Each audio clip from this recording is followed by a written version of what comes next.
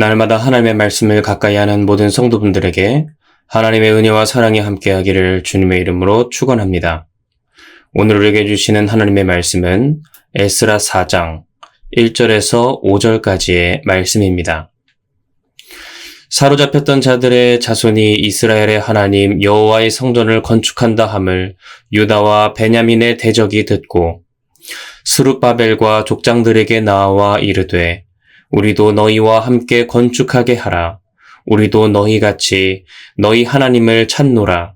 아수르 왕 에살핫돈이 우리를 이리로 오게 한 날부터 우리가 하나님께 제사를 드리노라 하니 스룹바벨과 예수아와 기타 이스라엘 족장들이 이르되 우리 하나님의 성전을 건축하는데 너희는 우리와 상관이 없느니라.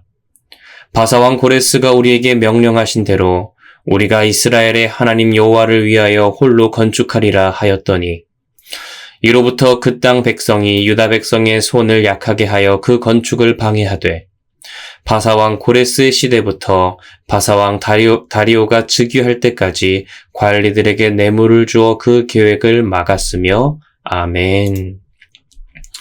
지난 시간 우리는 에스라 3장 말씀을 통해 감격스러운 장면을 함께 확인하였습니다. 포로에서 돌아온 백성이 성전의 기초를 놓고 하나님을 찬송하며 기념식을 거행한 순간이지요. 그들의 눈에는 마치 하나님의 나라가 다시 시작되는 듯한 희망이 비쳤습니다.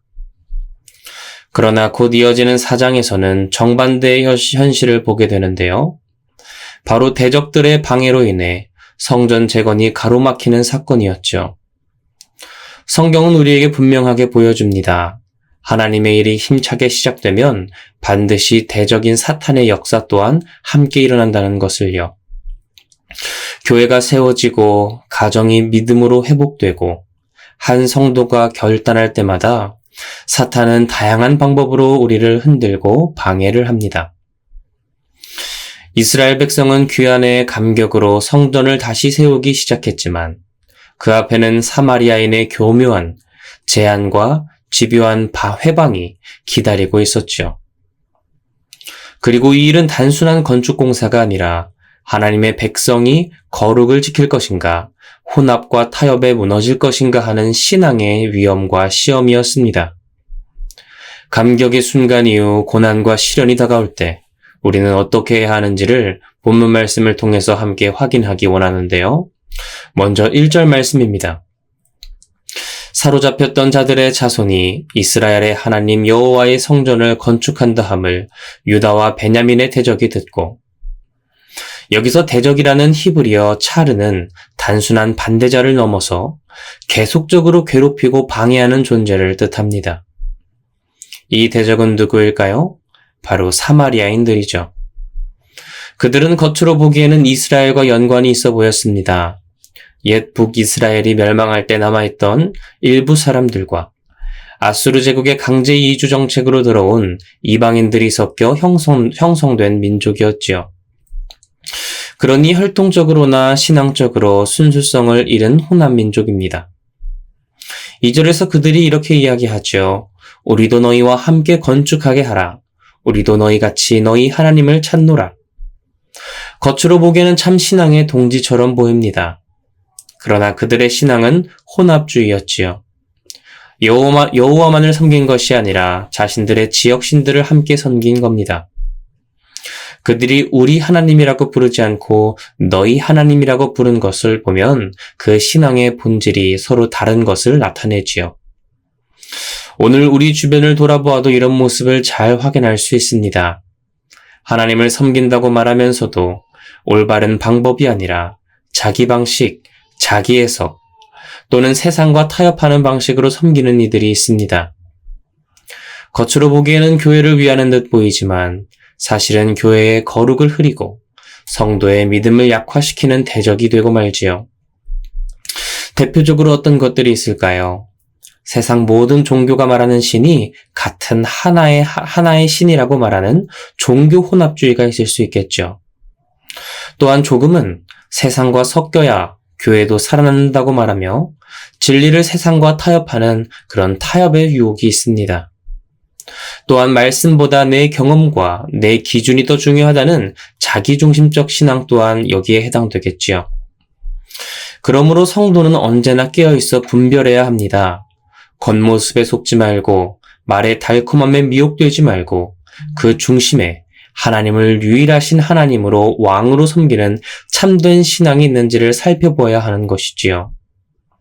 하나님은 우리의 마음을 보시며 우리의 참된 경건을 원하시지 우리의 올바른 중심을 원하시지 형식과 혼합을 기뻐하지 않으십니다. 이어서 3절 말씀을 보면 이스라엘의 지도자 스룹바벨과 예수와 그리고 족장들은 사마리아인들의 친근한 제안을 단호히 거절하지요. 너희는 우리와 상관이 없느니라.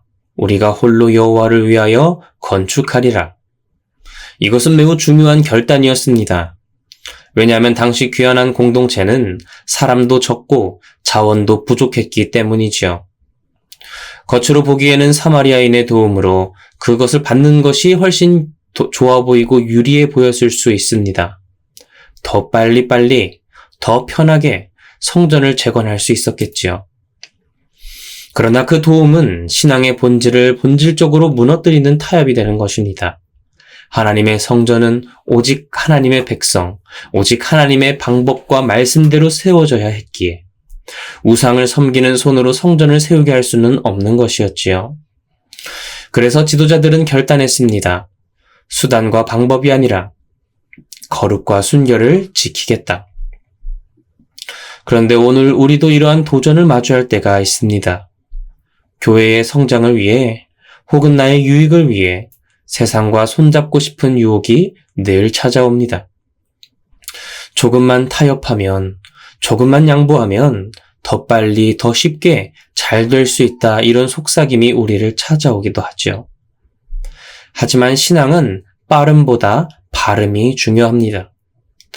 하나님의 교회는 거룩을 잃는 순간 그 존재의 의미를 잃어버리기 때문이지요. 우리 개인의 삶 또한 마찬가지입니다. 돈과 성공을 위해 양심을 속이는 순간 겉모습은 아무리 화려해 보인다 할지라도 우리의 근본, 본질된 영혼은 무너지게 되어 있지요. 고린도후서 6장 14절 말씀은 우리에게 이렇게 전합니다. 너희는 믿지 않는 자와 멍에를 함께 매지 말라. 의와 불법이 어찌 함께하며 빛과 어둠이 어찌 사귀며. 이것은 믿지 않는 자를 배척하고 그들과 말도 섞지 말라는 말이 아닙니다. 하지만 교회가 진리를 타협해서는 안 된다는 것을, 세상과 진리를 섞어서는 안 된다는 것을 분명히 전해주는 말씀이지요. 만약 오늘 우리의 삶 속에서 작은 타협이라고 할지라도 진리와 거룩을 흔드는 것이 있다면 단호히 거절할 수 있는 믿음이 필요합니다. 때로는 그것이 손해처럼 보이고 외로운 길 같아 보여도 하나님께서는 그 결단을 기뻐하시며 그 길 끝에서 반드시 지키고 높여주십니다. 이렇게 이스라엘 백성들이 단호하게 그들의 제안을 거절하자 사마리아인들은 곧바로 본색을 드러냈는데요. 그들은 유다 백성의 손을 약하게 하고 겁을 주고 관리들에게 뇌물을 주며 성전 재건이 이루어지지 못하도록 집요하게 방해했습니다. 결국 공사는 무려 16년간 중단되었지요. 여기서 우리는 사탄의 전략을 보게 됩니다. 그것은 바로 성도를 낙심케 한다는 것인데요. 직접적인 공격보다 마음을 꺾어버리는 전략이 훨씬 효과적이기 때문이지요. 이스라엘 백성은 처음에는 감격과 열심으로 성전 공사를 시작했습니다. 그러나 방해가 반복되고 협박이 계속되자 그 마음이 약해졌지요. 학계 1장 2절에서 4절 말씀을 보면 이스라엘 백성의 속마음이 드러납니다. 이제 그만두자, 힘들다. 아직은 때가 아닌 것 같아. 결국 그들은 집을 짓는 일에는 열심을 냈지만 하나님의 성전을 짓는 일은 뒤로 밀어버렸습니다. 성도 여러분, 오늘 우리도 마찬가지입니다. 사탄은 우리의 열심을 정면으로 막기보다 조금씩 낙심하게 하여 스스로 포기하게 만들어버리지요. 기도하려고 하면 괜히 해도 소용없다는 생각을 주고 봉사하려 하면 네가 하면 뭐가 달라지겠냐는 목소리를 들려줍니다. 헌신하려 하면 너무 힘드니 조금만 쉬어라는 유혹을 주지요. 이것이 바로 낙심케 하는 전략입니다. 그리고 낙심은 곧 신앙의 마비, 좌절을 가져오게 되지요. 힘이 있어도 움직이지 못하고 소망이 있어도 바라보지 못하게 합니다. 그러나 하나님은 우리에게 분명히 약속하셨지요. 고린도전서 10장 13절 말씀입니다. 사랑이 감당할 시험 밖에는 너희가 당한 것이 없나니 오직 하나님은 미쁘사 너희가 감당하지 못할 시험 당함을 허락하지 아니하시고 시험 당할 즈음에 또한 피할 길을 내사 너희로 능히 감당하게 하시느니라. 아멘. 영국의 청교도 목회자 존 버녀는 복음을 전했다는 이유만으로 무려 12년 동안 감옥에 갇혔습니다. 그곳에서 그는 가족을 돌볼 수도 없었고 설교할 수도 없었지요. 겉으로 보면 완전히 낙심할 수밖에 없는 상황, 아무것도 할 수 없는 상황처럼 보입니다. 그러나 그는 그 상황에서 포기하지 않았습니다. 감옥의 차가운 바닥에서 무릎 꿇고 기도하며 종이와 펜을 붙잡고 하나님이 주시는 감동을 기록했지요. 그 결과 나온 책이 바로 철로 역정입니다. 이 책은 지금까지 성경 다음으로 가장 많이 읽힌 신앙 서적 중에 하나가 되었고 수많은 성도들을 믿음의 길로 인도했지요. 만일 존 버년이 이제 그만해야겠다, 아직은 때가 아니다라며 낙심하고 포기하였다면 우리는 이 귀한 신앙의 유산을 얻지 못했을 것입니다. 우리의 사역이 방해받고 우리의 욕심이 꺾이는 것처럼 보일 때라도 하나님은 결코 멈추지 아니하시지요. 낙심을 붙잡는 대신 믿음을 붙잡을 때 하나님은 우리의 작은 순종을 통하여 교회를 세우시고 복음을 확장하십니다. 그러므로 낙심이 찾아올 때 우리는 오히려 더 깊이 주님께 붙들려야 합니다. 눈앞의 현실이 아무리 힘들어도 하나님의 말씀과 약속을 바라보며 믿음으로 다시 일어나야 하는 것이지요. 낙심의 순간이 곧 믿음의 결단의 순간이 되는 겁니다. 사랑하는 성도 여러분, 에스라 4장은 귀환한 이스라엘 백성들이 맞닥뜨린 현실의 장벽을 보여주지요. 성전 재건은 분명한 하나님의 뜻이었지만 대적들의 집요한 방해로 중단될 수밖에 없었습니다. 그러나 이것은 하나님의 실패가 아니었지요. 하나님은 이 과정을 통해 그들의 신앙을 정결하게 하시고 진정한 믿음이 무엇인지 훈련하시려는 섭리 가운데 두신 것입니다. 우리가 살고 있는 이 시대에도 교회와 성도를 무너뜨리려는 세력은 계속해서 일어납니다. 겉으로는 우리도 하나님을 믿는다고 말하며 교회에 스며드는 혼합주의, 친근한 얼굴을 하고 다가오지만 결국은 신앙을 무너뜨리는 세상적인 가치관, 그리고 마음을 낙심하게 만드는 시험과 어려움이 항상 존재합니다. 그때 교회와 성도가 지켜야 할 것은 오직 단 하나입니다. 우리는 여호와 하나님만을 섬기며 그분의 말씀에만 순종하는 순결한 신앙을 지키겠다는 단호한 결단인 것이지요. 이스라엘 지도자들이 담대히 말했던 것처럼 너희는 우리와 상관이 없느니라. 우리가 여호와를 위하여 홀로 건축하리라. 이 믿음의 고백이 오늘 우리에게도 필요합니다. 성도 여러분, 지금 혹시 낙심 가운데 계십니까? 아니면 교회의 사역이 방해받고 있습니까? 여러분의 가정과 삶 속에서 무너지는 현실 앞에 서 계십니까? 그럴 때일수록 믿음을 지키십시오. 하나님은 반드시 그분의 때에 무너진 성전을 다시 세우시고 하나님의 방법으로 낙심한 심령을 다시 회복시키실 것입니다. 그렇게 세상의 유혹과 타협을 단호히 거절하고 믿음의 정결함을 지키며 낙심을 넘어 소망으로 기쁨으로 다시 일어서는 저와 여러분이 되기를 주님의 이름으로 축원합니다. 이 시간 함께 기도하겠습니다. 할렐루야. 은혜와 사랑이 많으신 주님, 오늘도 복된 새 아침 허락하시고 이 새벽 말씀으로 시작하게 하시니 감사합니다.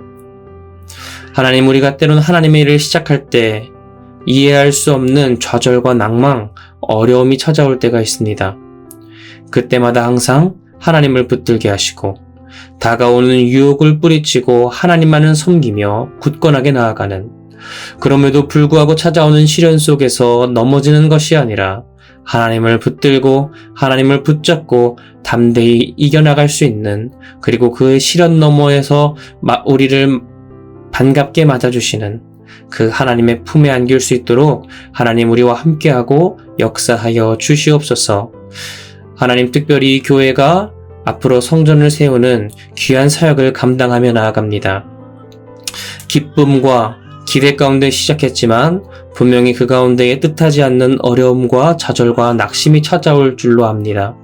그때마다 하나님을 붙들게 하시고 그 시험 너머에 계시는 하나님의 놀라운 섭리와 은혜와 계획하심을 우리가 보고 찬송할 수 있도록, 그것이 우리의 한숨이 변하여 걱정이 변하여 간증이 되고 기쁨과 찬송이 될 수 있도록 하나님 붙들고 역사하여 주시옵소서.